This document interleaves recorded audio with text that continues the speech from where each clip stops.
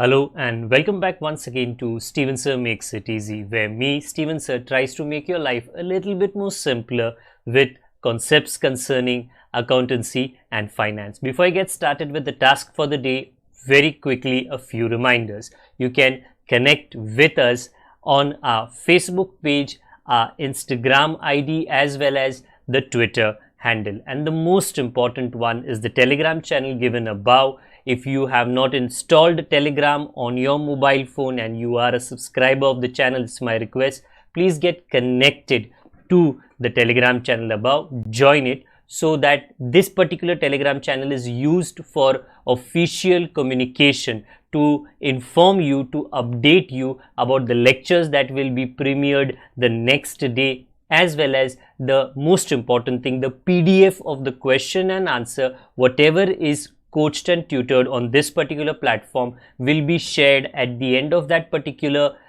chapter, so that you can download it and use it for your future reference basis. Also, if you do intend to purchase the textbook from which the necessary questions are explained during the various lectures, the purchase link is provided in the description of every lecture. And most importantly, if you have missed out the past tense, that is the last lecture, there is an I button given above. Please click it, watch that particular lecture, and then you can come here. Very importantly, at the end is, if you have not subscribed to our YouTube channel, please do make that a task for the day and subscribe to our channel, and together with that also press the bell icon so that Mr. YouTube notifies you about lectures which are uploaded on this particular platform. That's as far as the reminders are concerned. Let me get started with today's lecture. Hello and welcome back to Steven Sir Makes It Easy, जहाँ पे आज हम issue of debentures, जो मेरे पीछे highlight किया गया है, इस चैप्टर के एक मुद्दे को अंडरस्टैंड करने की कोशिश करेंगे। पिछली बार हमने इशू ऑफ डिबेंचर्स से कनेक्टेड कुछ कायदे कानून समझने की कोशिश की थी, और अगर हम शेयर्स एंड डिबेंचर्स की बात करें, चर्चा करें, तो इट इज़ नॉट पॉसिबल, ये हो ही नहीं सकता कि हम कायदे कानून की बात ना करें, कंपनीज एक्ट की बात ना करें, शेयर्स एंड डिबेंचर्स इशू की बात ना करें, हम सेबी आरबीआई के गाइडलाइंस की बात ना करें। मैंने ये पहले भी बताया है और दोबारा रिपीट जल्दी से मैं कर देता हूँ। वाई आर क्यों के या क्यों ये कायदे कानून बनाए गए हैं? क्योंकि शेयर्स डिबेंचर्स जो होते हैं ना, ये कभी कभी और काफ़ी बार जो नॉर्मल जनता होती है ना, वो खरीदती है, और नॉर्मल जनता के पास में, पब्लिक के पास में ये समय नहीं होता बाद में पूछने का कि जो मैंने पैसे शेयर्स में डाले, जो मैंने डिबेंचर्स खरीद के डाले, क्या वो पैसा सही यूज़ किया गया, क्या उसके कायदे कानून फॉलो किए गए? नहीं, उनके पास में टाइम नहीं होता, जिसके लिए ये रूल्स एंड रेगुलेशंस बनाए गए हैं to protect the interest of the shareholder और the debenture holder in this particular situation. By that मेरा मतलब क्या है जब मैं ये कहता हूँ protect the interest of the debenture holder, कि डिबेंचर होल्डर ने अपनी दिलचस्पी अपने पैसे के द्वारा दिखाई है कंपनी के अंदर, डिबेंचर्स खरीद के। बराबर, अगर आपको कोई चीज़ पसंद आती है, आपको कोई चीज़ में दिलचस्पी है, तो आप पैसे देते हो ना। बराबर, हाँ, तो वो दिलचस्पी को प्रोटेक्ट करना है। पैसे दिए भाई, मेहनत के पैसे दिए हैं, ऐसे नहीं कि भाई कहाँ से नदी पहाड़ से या पेड़ से जमा कर लिया। नो, उसे बचाने के लिए किसी ना किसी को तो खड़ा रहना पड़ेगा। पब्लिक 1 2 3 4 10 15, इट बिकम्स डिफिकल्ट कि उनके बीच में कोई यूनियन होगा। इसके लिए ऐसी एजेंसीज, ट्रस्टीज को अपॉइंट किया जाता है, जिसकी जानकारी आज के क्वेश्चन में हम डिस्कस करने वाले हैं। तो what are we doing today? Companies act 2013 के तहत कौन से मुद्दों को कंपनीज को ध्यान में रखना है जब वो इशू ऑफ डिबेंचर्स करते हैं। And by the end of this particular lecture ये 9 पॉइंट्स आपको याद रखने के लिए हम छोटा सा हमारा कोडिंग हमेशा की तरह दे देते हैं। सो पहला मुद्दा, क्या याद रखना है कंपनी को जब वो क्या करते हैं, शेयर्स को, डिबेंचर्स को इशू करते हैं कंपनीज एक्ट 2013 के कानून कायदे के हिसाब से। सबसे पहला, नो वोटिंग राइट्स। जी, जो शेयर होल्डर्स होते हैं, बराबर, खास करके इक्विटी शेयर होल्डर्स, उनको वोटिंग राइट मिलता है। सीधी सी बात है, एक कंट्री में, भारत देश में डेमोक्रेसी है, डेमोक्रेसी का मतलब है कि कोई राजा नहीं है, बराबर, उसका कोई राजपाट नहीं है। तो प्राइम मिनिस्टर, प्रेसिडेंट ये कैसे अपॉइंट होते हैं जी? इलेक्शन के द्वारा। तो नॉर्मल जनता जो होती है वो वोट कर सकती है, और वो 1, 2, 10, 15, 10 लाख, 1 करोड़ वोट ये डिसाइड करता है कि कौन सी पार्टी जीतेगी और कौन सी पार्टी का मेजॉरिटी होगा या किन पार्टियों का गठबंधन होगा, और उस हिसाब से कौन प्राइम मिनिस्टर बनेगा या प्रेसिडेंट बनेगा। हाँ, यहां पर भी ऐसा है, कोई प्राइम मिनिस्टर कंपनी का नहीं बन रहा है, बट वोट डिसाइड करता है कि कौन इलेक्ट होगा, और वोट डिसाइड करता है कि ये कंपनी किस दिशा में आगे जाकर काम करने वाली है, कौन से प्रोजेक्ट अप्रूव होंगे, कौन से प्रोजेक्ट को परमिशन नहीं मिलेगी, क्योंकि परमिशन लेना बहुत ज़रूरी है, या तो एजीएम में या तो ईजीएम में, annual general meeting, extraordinary general meeting. Debenture holders को ऐसा कोई वोटिंग राइट नहीं है। डिबेंचर होल्डर, वोटिंग राइट मतलब ऐसा इंसान जिसका पास गाड़ी की स्टीयरिंग व्हील है, जिस दिशा में वो स्टीयरिंग व्हील घुमाता है गाड़ी उस दिशा में चली जाती है। डिबेंचर होल्डर्स के पास ऐसी स्टीयरिंग व्हील होती नहीं है। हाँ, अगर ऐसा कोई कानून है, ऐसा कोई काम है जो डिबेंचर होल्डर्स को के ऊपर असर करे, इस मुद्दे में वो वोट कर सकते हैं। बाकी वो कंपनी के कोई भी दूसरे कारोबार में अपना हाथ, टांग ना मुंह नहीं डाल सकते हैं। दूसरा मुद्दा, टाइप्स ऑफ डिबेंचर्स। डिबेंचर्स अलग अलग वैरायटी के होते हैं। डिबेंचर्स सिक्योर्ड होते हैं, अनसिक्योर्ड होते हैं, कन्वर्टेबल होते हैं, पार्टली कन्वर्टेबल होते हैं, नॉन कन्वर्टेबल होते हैं। ये मेंशन करना बहुत इंपॉर्टेंट है कि कौन से टाइप ऑफ डिबेंचर्स ये कंपनी बेचना चाहती है। खास करके अगर आप देखो तो इशू कन्वर्टेबल डिबेंचर्स, ऐसे डिबेंचर्स जो 5-10 साल बाद इक्विटी शेयर्स में बदल जाए, उसको कहते हैं कन्वर्टेबल डिबेंचर्स। इसके लिए स्पेशल रेजोल्यूशन का पास करना बहुत बहुत जरूरी हो जाता है। Payment of interest and redemption, debentures कुछ भी आप कर लो रिडीमेबल होते हैं। मतलब क्या है? 8-10 साल बाद उसका पेमेंट करना ही है, अनिवार्य है, कंपलसरी है। और दूसरा, हर साल उसके ऊपर 12, 8, 9, 10, 14% का इंटरेस्ट देना बहुत जरूरी है, क्योंकि डिबेंचर का जो पैसा होता है वो होता है कर्जे का पैसा। तो इंटरेस्ट और पूरे प्रिंसिपल अमाउंट का रीपेमेंट ये भी पता होना चाहिए। डिबेंचर सर्टिफिकेट, जैसे ही डिबेंचर्स का अलॉटमेंट किया जाए कि मिस्टर ए आपको डिबेंचर मिले, मिस्टर बी आपको डिबेंचर मिले, PQR XYZ आपको डिबेंचर मिले, प्रूफ क्या है? Debenture certificate. तो ये डिबेंचर सर्टिफिकेट 6 मंथ्स के अंदर, जैसे ही डिबेंचर्स का अलॉटमेंट हो जाए, 6 महीनों के अंदर ये प्रूफ डिबेंचर होल्डर्स के हाथ में होना चाहिए। क्रिएट डिबेंचर रिडेम्पशन रिजर्व, इसको DRR कहते हैं। हर साल रिजर्व का मतलब क्या है? अलग से पैसा जमा किया। क्यों पैसे जमा किए? क्योंकि आगे जाकर ये काम आएगा। ये वाला जो है DRR, इसमें पैसे क्यों जमा किए? क्योंकि डिबेंचर्स वालों का तो पैसा देना है ना, भले ही 8 साल के बाद देना है, बट 8 साल के बाद में ऐसा नहीं है कि कुंभकर्ण की तरह उठ जाओ, अरे पैसे देने हैं 10 करोड़ 100 करोड़ कहां से लेकर आओ। नहीं, 8 सालों तक आपको जमा करना था, 10 सालों तक आपको जमा करना था। कहां पर?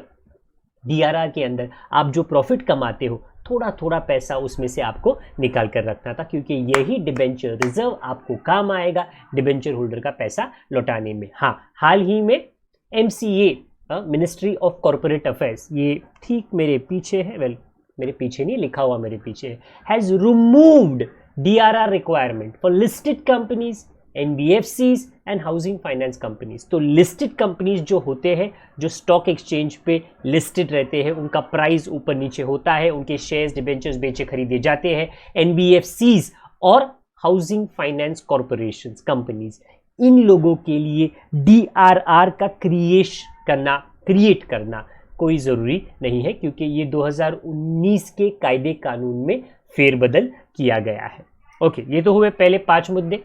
इसके बाद appointment of debenture trustees. Debenture trustees के ऊपर चर्चा लंबे में होगी हमारे आज के लास्ट के लेक्चर के अंदर, पर जल्दी से बता देता हूं मैं कि ट्रस्ट, मैंने ऐसे बहुत बार बोला है, ये कंपनी है, ये डिबेंचर होल्डर्स है, और इनके बीच में कोई भी रिश्ता नहीं है, कोई पारिवारिक रिश्ता नहीं है। तो ये इसके ऊपर भरोसा और ये इनके ऊपर भरोसा कैसा करेंगे? नहीं करना है। इसके लिए डिबेंचर ट्रस्टीज को अपॉइंट किया जाता है। डिबेंचर ट्रस्टीज कौन होते हैं? एक फर्म होती है, बराबर, एक दुकान होती है, ओके। उसमें या उनके ऊपर जिम्मेदारी डाली जाती है, उनके साथ में अग्रीमेंट बनता है, कंपनी का और डिबेंचर ट्रस्टीज का अग्रीमेंट बनता है, डीड बनता है, और उन डिबेंचर ट्रस्टीज के हाथ में, बराबर लिटरली नहीं बट कानूनी कागजात के द्वारा उनके कंट्रोल में कंपनी के एसेट्स का चार्ज दिया जाता है। का मतलब क्या है, अगर कंपनी इंटरेस्ट ना भर पाए, अगर कंपनी जो प्रिंसिपल अमाउंट है डिबेंचर होल्डर्स का ना भर पाए, तो ये डिबेंचर होल्डर जो अकेले है, इनको घबराने की जरूरत नहीं है। डिबेंचर ट्रस्टीज के हाथ में ये जिम्मेदारी थी कि वो डिबेंचर होल्डर्स के इंटरेस्ट का प्रोटेक्शन करेंगे। तो ये डिबेंचर ट्रस्टीज जो है, जिनके साथ अग्रीमेंट बन चुका है, सारी चीजें लिखी गई है, ये डिबेंचर ट्रस्टीज उठेंगे और डिबेंचर होल्डर्स के लिए काम करेंगे। वो बोलेंगे आपने इंटरेस्ट नहीं दिया कंपनी, आपने जो मेन अमाउंट है, प्रिंसिपल अमाउंट है, ओके, वो आपने लौटाया नहीं या देरी कर रहे हो, आपके गाड़ी को, मशीन को, बिल्डिंग को हम लेते, हम बेच देंगे, क्योंकि उनके पास ये हक होता है। सो डिबेंचर ट्रस्टीज का अपॉइंटमेंट होना ज़रूरी है। ये खास करके कंपलसरी है अगर कंपनी जो इशू करती है डिबेंचर्स का वो 500 लोगों से ज़्यादा, या तो पब्लिक या तो खुद के मेंबर्स को, 500 लोगों से ज़्यादा के लोगों को वो इशू करे डिबेंचर्स, तो ये कंपलसरी हो जाता है। Debenture trustees can approach NCLT, national company law tribunal. अगर कोई गड़बड़ हो जाए तो ये जो डिबेंचर ट्रस्टीज है, किनका दरवाजा खटखटा सकते हैं?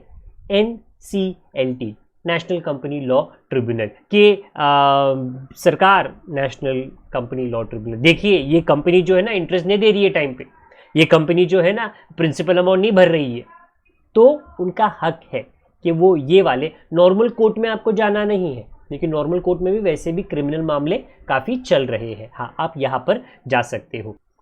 ओके, अगला मुद्दा है 8वां, इम्पोज रिस्ट्रिक्शंस। तो हमने इसके पहले देखा कि डिबेंचर ट्रस्टीज अगर डिबेंचर होल्डर्स के लिए लड़ना चाहे, they can go to NCLT, और अगर NCLT को ऐसा पता चले क्या कि ये जो कंपनी है, अरे ये तो इंटरेस्ट टाइम पे नहीं दे रही है, ये जो प्रिंसिपल अमाउंट लौटा नहीं पा रही है, और ये कंपनी और लाइबिलिटी अपने सिर पे ले रही है और मुसीबत अपने सिर पे ले रही है, NCLT ये कंपनी को बोलेगी नहीं, जो आपकी अभी की जिम्मेदारी है वो पूरा नहीं कर सकते हो यार, और क्या लोन लेने को जा रहे हो, नहीं, रिस्ट्रिक्टेड, आप और कर्जा नहीं ले सकते, जब तक पुराना हिसाब आप क्लियर नहीं करते आप नया कर्जा नहीं ले सकते। They have that particular power. Lastly, punishment for contravention, going against, खिलाफ में जाना of provisions of the companies act. Companies act के अंदर इतनी लंबी लिस्ट दी है, अगर कंपनी आनाकानी करे, नहीं, कंपनीज एक्ट तेरे को जो करना है कर ले, तेरे को जो कहना है कह ले,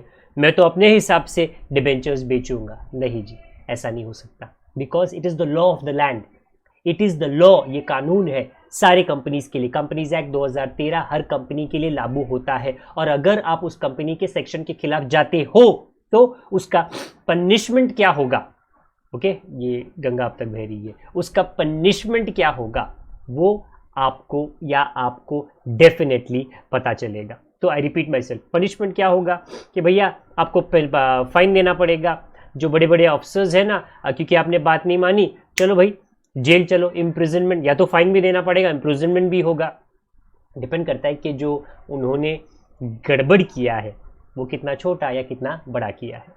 अभी ये जो इशू के बारे में कानून है जो कंपनीज एक्ट 2013 ने दिए हैं, ये आपको किस तरीके से याद करने हैं? जी मुझे लगता है 9 मुद्दे थे, इसमें से विक्ट्री, NCRT, आपने विक्ट्री तो सुना ही है ना, विजयी होना, NCRT कुछ लोगों ने तो सुना ही रहेगा, क्योंकि ये नेशनल काउंसिल है जो एजुकेशन पे रिसर्च करती है और किताबें भी बनाती है नेशनल लेवल पे पूरे भारत देश में। हाँ, तो ये दोनों चीज़ें, विक्ट्री, NCRT, आपको हेल्प करेगी कुछ मुद्दों को, इन 9 मुद्दों को याद करने में। तो VICTR, no voting rights, payment of interest, debenture certificate का इश्यू होना, कौन से टाइप का डिबेंचर होना, और DRR का क्रिएट होना। NCRT, ई साइलेंट नहीं है, बट ई से कोई कोडिंग नहीं निकलती। डिबेंचर ट्रस्टीज NCLT के पास जा सकते हैं, punishment for contravention of provisions of the companies act, अगर आप खिलाफ जाते हो, रिस्ट्रिक्शंस को इम्पोज किया जा सकता है, और डिबेंचर ट्रस्टीज का अपॉइंटमेंट होना चाहिए। ये सीक्वेंस में नहीं है, बट ये हेल्प ज़रूर करेगा आपको याद रखने में कि कंपनीज एक्ट 2013 के तहत आपको क्या क्या मुद्दे जब इश्यू ऑफ डिबेंचर्स होता है याद करना है। आज के लिए इतना ही रखते हैं जी, आपका और समय मैं नहीं लूँगा। आई होप जो मैंने पढ़ाया सिखाया है आप समझ गए हो। अगली बार हम जल्द ही मिलेंगे, तब तक के लिए आप अपना ख्याल रखिए। अगर आपके पास में कोई भी कंप्लेंट है, कोई भी चीज़ आपको पूछनी है, जाननी है, कमेंट बॉक्स का आप इस्तेमाल कर सकते हो। अगर आप यहाँ पे पुराने हो तो शेयरिंग करते रहे, नए हो तो सब्सक्राइब बटन आप ज़रूर दबाएं। जब तक मैं आपको दोबारा ना मिलूँ, अपना ख्याल आप ज़रूर रखिए। बड़ों का, छोटों का, परिवार वालों का, सबका ख्याल रखिए। Good day to all of you. God bless. Bye for now.